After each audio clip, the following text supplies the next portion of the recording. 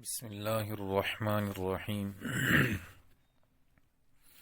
سورہ لقمان میں اللہ تعالیٰ نے گانا بجانے والے کی مذمت بیان فرمائی۔ ارشاد فرمایا وَمِنَ النَّاسِ مَن يَشْتَرِي لَهْوَ الْحَدِيثِ لِيُضِلَّ عَن سَبِيلِ اللَّهِ بِغَيْرِ علم۔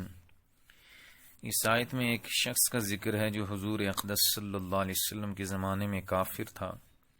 جب وہ شام کا تجارتی سفر کرتا تو وہاں سے فضول قسم کے قصے کہانیوں کی کتابیں اور گانے بجانے کے آلات لایا کرتا اور مکہ مکرمہ میں لا کر ان کو پھیلاتا۔ قرآن کریم نے اس آیت میں اس کی مذمت بیان فرمائی۔ ترجمہ ہے کہ ایک آدمی وہ ہے جو لہو کو یعنی اللہ تعالیٰ سے غافل کرنے والی چیزیں بازار سے خرید کر لاتا ہے تاکہ لوگوں کو اس کے ذریعے سے اللہ تعالیٰ کے راستے سے گمراہ کر دے۔ ایک دوسری روایت ہے کہ آپ علیہ الصلاۃ والسلام نے ارشاد فرمایا میری امت کے آخری زمانے میں لوگ ایسے ہوں گے یستحلون الحر والحریر والخمور والمعازف یسمونها بغیر اسمها او کما قال علیہ الصلاۃ والسلام، یعنی نام بدل بدل کر حرام کو حلال قرار دیں گے۔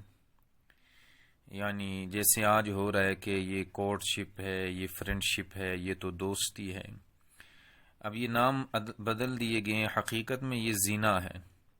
اسی طرح حریر یعنی ریشم کو حلال قرار دیں گے۔ اب مردوں نے ریشم کو فیشن کے نام پہ حلال کرنے کی کوشش کی۔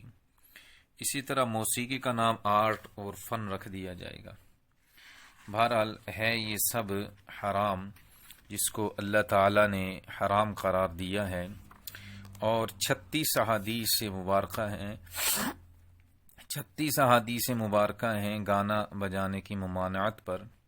اور ایک روایت میں واضح فرمایا کہ الغناء ينبت النفاق فی القلب کما ينبت الماء الزرع، موسیقی دل میں نفاق کو، منافقت کو ایسے پیدا کرتی ہے جیسے کہ پانی کھیتی کو اگاتا ہے۔ تو اللہ تعالی ہمیں اس سے بچنے کی توفیق عطا فرمائے۔